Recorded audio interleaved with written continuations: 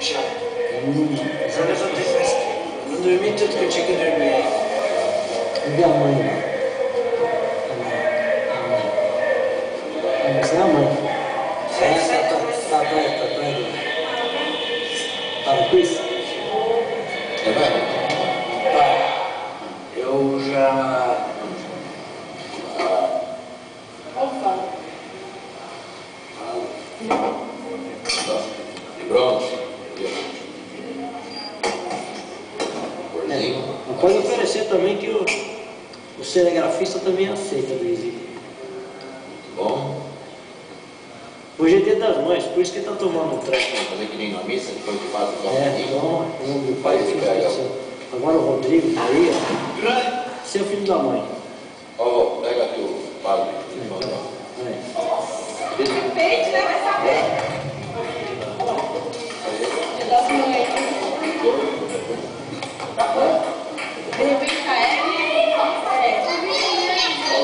Ele que tá foi.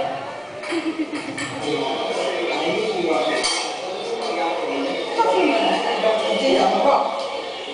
É o pudim que eu vou comer. Pudim? Limãozinho. Isso fica feio, né?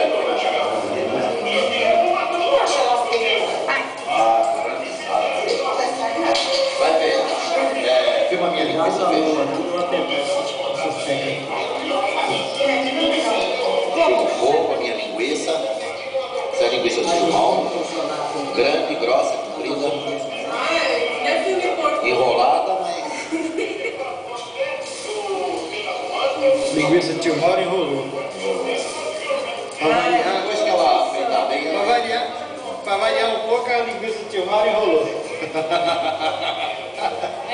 Olha, se tivesse tamanho para enrolar e dobrar assim, já estava até contente.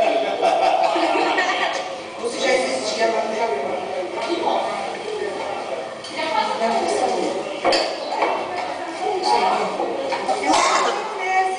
Iogurte com essa maionese aqui, light.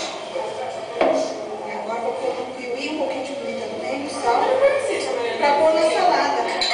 Não é bem com maionese, tá escrito aí molho. Nossa, tá salvando, ó. Bom, né? Será que é mesmo?